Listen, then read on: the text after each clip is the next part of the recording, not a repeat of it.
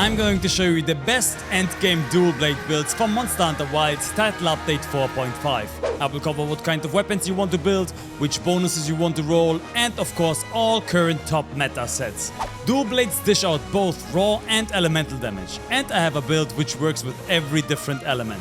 As a little extra, I also have a budget version and even a special build for Gogmazios in the end. Note, I got my information from the detailed written document by Team Leviathan. Check it out in the description. Now, let's dive straight in. First, let's talk about your Archean and Gogmazios weapon. You get the best DPS by crafting an Archean weapon with 3 attack and fusion parts, all of the same element. Ideally, craft a weapon for each element like this. When you upgrade your weapon to a Gogmazios weapon, you get the best DPS from the element focus. Attack and affinity focus are weaker overall, so don't do that. The best reinforcement bonus is 2 times affinity, 2 attack and 1 sharpness. Since this is RNG, try to get 2 affinity EX and 1 attack EX first, and then work towards the perfect rolls. The written document suggests 2 attack EX and 1 attack 3 instead, but I find 1 sharpness boost EX much more comfortable. The anti-Gogmazios weapon is a bit different, but more on that later. The Gog weapons can have a set bonus and a group bonus skill. The best combination is Gogmazios Tyranny and Lord's Soul. Since this is extremely hard to get, I also have a build variation later that only needs Gogmazios Tyranny. If you found that useful so far, make sure to subscribe to my channel for future guides and updates. With the weapon out of the way, let's check the actual armor sets. The first build uses the Gora and Lord's Soul weapon and is the best option in almost every fight.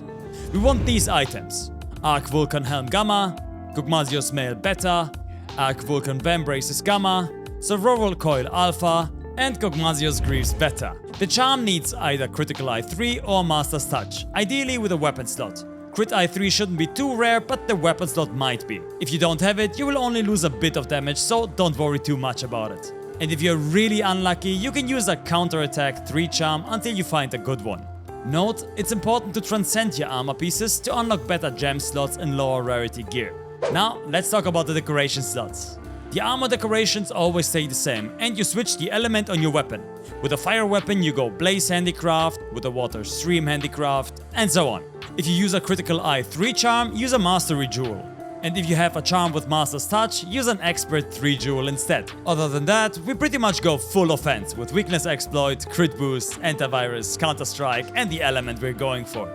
You have 1 free level 1 slot in your gear, which you can fill up with Shock Absorber, Adaptability, or some comfort skill you like best. Here's my full setup. Now, let's take a look at the budget version, which only needs a Gog weapon with Gogmazios Tyranny. The weapon in this set uses 2 attack and 1 affinity infusion part for the best DPS. If you don't want to craft an extra weapon and already have one with 3 attack infusions, just use this one with a slight DPS loss. We are using Guardian Ebony Helmet Beta, Gogmazios Mail Beta, Guardian Rathalos Vambraces Beta, Gogmazios Coil Alpha, and Survival Boots Alpha. The charm is the same one from before, with either Critical Eye 3 or Master's Touch. This set performs only around 3% worse than the top meta set and is much easier to craft. Getting only Gogmazios Tyranny on a weapon is pretty easy. I suggest that you craft a weapon for every element and then save them as a set, then switch them depending on the monster you fight. Alright, now let's take a look at the special set for Gogmazios.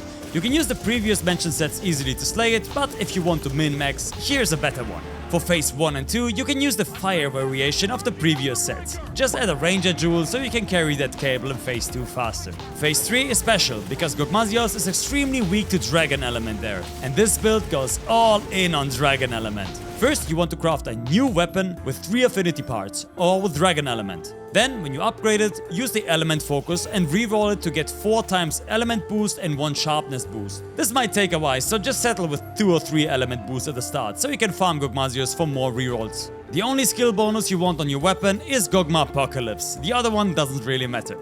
And here's the full armor set. This enables the 4-piece set bonus of Gogmapocalypse, which gives you a huge elemental damage increase when the monster is enraged.